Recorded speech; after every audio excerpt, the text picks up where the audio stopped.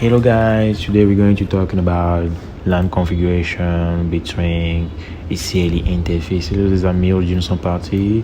Sur cette vidéo tutoriel, nous allons voir comment configurer l'interface LAN, bien sûr, d'un équipement microtique à partir du CLI, tout simplement. Donc ici, nous allons le faire avec, aujourd'hui nous allons travailler avec Putty. Par exemple. Donc ici, on va mettre l'adresse IP, par exemple, de la 10.1 qu'on a déjà configurée, 192.168.10.1 sur le SSH. OK. On attend le message d'accepte des certificats, tout ça. Donc, ça va prendre un peu de temps, ça va venir. Donc ici, sur cette vidéo, nous allons voir comment faire cette configuration.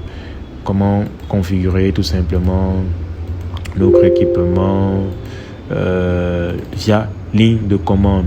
Donc 10.1, ok, open login admin wizard password, control C, let's go. Ok, premièrement ici, déjà dans le lab précédent, nous avons fait cette configuration à partir de l'interface graphique. Dans l'interface graphique, vous savez, il y a comment faire cette manipulation. Mais c'est aussi important de le savoir en ligne de commande au cas où vous avez une connexion distante par SSH, par Telnet ou je ne sais quoi, que vous n'avez pas sur la main, une connexion qui vous permet d'avoir une connexion de couche croix, puisque avec les adresses IP sur Winbox, nous sommes dans une connexion de couche croix, alors que ici nous sommes encore en couche 2. Donc s'il n'y a pas peut-être accès avec l'adresse IP, je sais pas pourquoi, ça peut être divers et varié, vous pouvez prendre la main. Donc premièrement ici, je vais d'abord faire mon interface print. Je vais faire un interface print pour voir ce qui est déjà. Dans l'interface print, je vais commencer par configurer un autre LAN. Donc, je vais faire le LAN 2 sur Ether 3. Donc, je vais commencer par interface modifier Ethernet 7. Voilà. Après le 7, je vais un peu changer. Attendez un peu un instant. Juste que ça soit un peu plus... comment dire, plus centré. Voilà. Ok, je pense que c'est mieux comme ça. Donc encore un peu soulevé, voilà. Donc je vais mettre le 7. Après 7, je mets 7 Ether 3. Voilà, je vais mettre un name pour changer le name. Le name va écrire maintenant Ether 3-LAN 2. Voilà, LAN 2. Donc ce sera mon deuxième LAN. Donc après avoir modifié cela, ok, je peux refaire un interface print pour voir si ça a été appliqué. Effectivement, ça a été appliqué. Donc je peux ajouter un commentaire, par exemple. Je peux rappeler la commande. Je mets 7 Ether 3. Je mets comment, voilà, comment, ok, comment, voilà. Je mets interface LAN 2. Ok, voilà, ok, inspect machin. Oh, d'accord. Ici on va éviter les espaces, on va mettre un tiret comme ça. Voilà, là ça a pris. Donc c'est l'espace en fait qui a créé ça.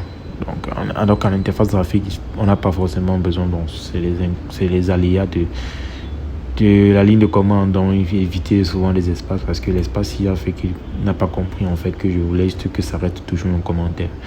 Donc après avoir fait ça, pour avoir changé le nom, bien évidemment, il me faut assigner une adresse IP. Donc je vais faire IP address add. Je vais mettre l'adresse IP 192.168. Add interface, autant pour moi. IP address add interface égale, tu peux mettre Ether 3, ok, et je mets adresse égale 192, ou on pense en 10, hein. On peut aller en 10 ou on pense en 72, Bon, là, 192.168.20. Voilà, .1/24. Voilà. Ok. Après avoir mis ça, je vais en faire mon IP address print. IP address print. Tu vois que c'est là. Voilà, ce deuxième réseau est là. Maintenant que c'est là, je dois créer un serveur DHCP sur lui. Donc, je vais faire IP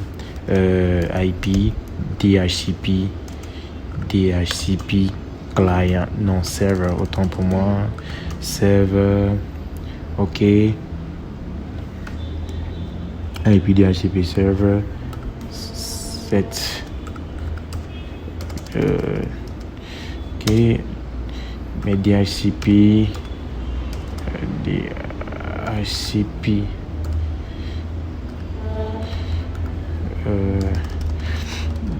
IP DHCP server setup.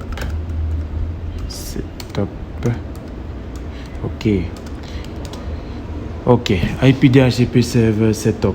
Donc après avoir fait le setup, là c'est quand je vais utiliser le setup en fait. Donc je tape setup, ça me demande l'interface DHCP server interface qui est Ether 3, voilà, LAN. Après ça reconnaît l'adresse IP, j'appuie sur entrée, ça reconnaît la gateway, ça me propose un pool, je valide le pool, un DNS server, un list time de 10 minutes et c'est bon, voilà. Donc ici je peux sortir le summary que si je suis en IP DHCP server, donc je reçois un peu le summary avec le 2 points. Ok, maintenant que c'est bon, j'ai créé le serveur DHCP, je dois vérifier s'il n'est pas désactivé, c'est très important. Donc IP DHCP server print, vérifier qu'il n'est pas désactivé parce qu'il peut être désactivé ici. Ok, il n'est pas désactivé, c'est invalide parce que personne n'est connecté sur Ether 3 en fait. Donc si je me déconnecte par exemple sur Ether 2 et je bascule sur Ether 3 là maintenant, ok, c'est fait. Bon, là ma session, ce qui a fait en sorte que ma session ici s'est fermée. Voilà, donc maintenant je ne peux plus utiliser cette session-ci. Il faut que je referme et utiliser une autre session. Ok, on n'a pas besoin de ça. J'utilise une autre session avec Pucci qui est 192.168. Maintenant 20.1. Puisque si tu Ether 3, Ether 3 c'est le réseau en 20. Voilà, donc c'est le 20.1 voilà, que j'utilise maintenant. Et je mets open. J'accepte de login admin sans mot de passe. Ok. Donc je vais agrandir ça. Voilà. Donc là, ça veut dire que j'ai reçu une adresse. Donc je peux aller par exemple ici. Je peux peut-être revoir IP config. Vous voyez, j'ai reçu automatiquement une adresse en 20, la 202.154. Je peux vérifier aussi ici. Je peux vérifier par IP DHCP server list print pour voir qui est-ce qui a reçu l'adresse IP. Je vois bien que celui-ci a reçu la 202.154. Voilà, et c'est moi. Voilà, il y aura l'adresse MAC de la machine. Ok. Une fois que c'est fait, exactement, là maintenant, il est question tout simplement de faire la règle de firewall. La règle de firewall. Donc, je vais faire IP firewall NAT. Ok. Add chain. Il modifie la chain qui est source NAT. Et je modifie le source address. Ma source address qui est là. 192.168.20.0/24 et je modifie le out interface, mon out interface qui sera Ether 1 toujours, voilà, et je mets en action masquerade, voilà, masquerade. Je vais mettre aussi disable égale no pour que la règle ne soit pas désactivée à sa création. Ok, lorsque je fais cela, la règle a été créée. Donc là maintenant, je peux faire un ping vers Internet depuis ce réseau 192.168.20.0 et vous voyez le ping passe très bien. Donc le trafic passe très bien. Donc voilà. Et ici, la particularité, ici, si je fais un IP firewall firewall print. Pour ceux qui ont vu la vidéo précédente, ici NAT, autant pour moi, print. Voilà, j'ai deux règles de firewall, j'ai celle-ci et j'ai celle-ci. C'est pas très optimal en fait d'avoir deux règles de firewall pour un même service ici, parce que là vraiment, puisque c'est vrai j'ai deux réseaux différents, mais j'aurais pu optimiser ça en une seule règle. Donc ce que je vais faire, c'est que je vais annuler, je vais désactiver une règle. Donc je vais faire IP firewall NAT, ok, disable set, je vais mettre ici disable. Ça va me demander le numéro de révision de la personne à désactiver. Désactiver par exemple celle que je viens de traiter, ou je désactive l'ancienne qui est 0. Je mets son numéro de révision ici qu'on a vu 0. Voilà. Si je refais après un IP firewall print, vous voyez qu'il a pris le flag X pour dire qu'il est désactivé. Voilà. Bon, le mieux peut-être c'est que je désactive celle qu'on vient de créer. Donc je vais faire un undo pour annuler les commandes que je viens de faire. Donc je fais un undo. Le undo permet d'annuler la commande qu'on vient de taper. Et si je refais IP firewall print, la règle est réactivée. Maintenant je vais plutôt désactiver celle qu'on vient d'écrire ici. Voilà. Là, je l'ai désactivée. Donc, si je fais un IP firewall print, elle est désactivée. Ce qui veut dire que si je fais un ping, le ping qu'on a fait tout à l'heure, le ping, puisque la règle est désactivée, en principe, la personne n'a pas Internet. Il n'a pas Internet. La règle, c'est parce que pour avoir Internet, il passe par cette règle de firewall. Et si elle est désactivée, elle n'a pas Internet. Maintenant, donc, pour que la personne ait Internet, il faut venir dans cette règle-ci, là, dans la première règle qui est ici. Parce que là, la personne peut croire qu'il a Internet, mais la personne n'a pas Internet. Si je redémarre le routeur, la personne n'aura plus Internet. Donc, ici, je vais venir dans la règle ici. Donc, IP, firewall, voilà, NAT, 7, voilà. Je mets le numéro de révision 0 et je vais faire, bon, IP, firewall, NAT. 7, je vais mettre 7 par exemple. Ici, quand je mets 7, je dois mettre le source address en fait.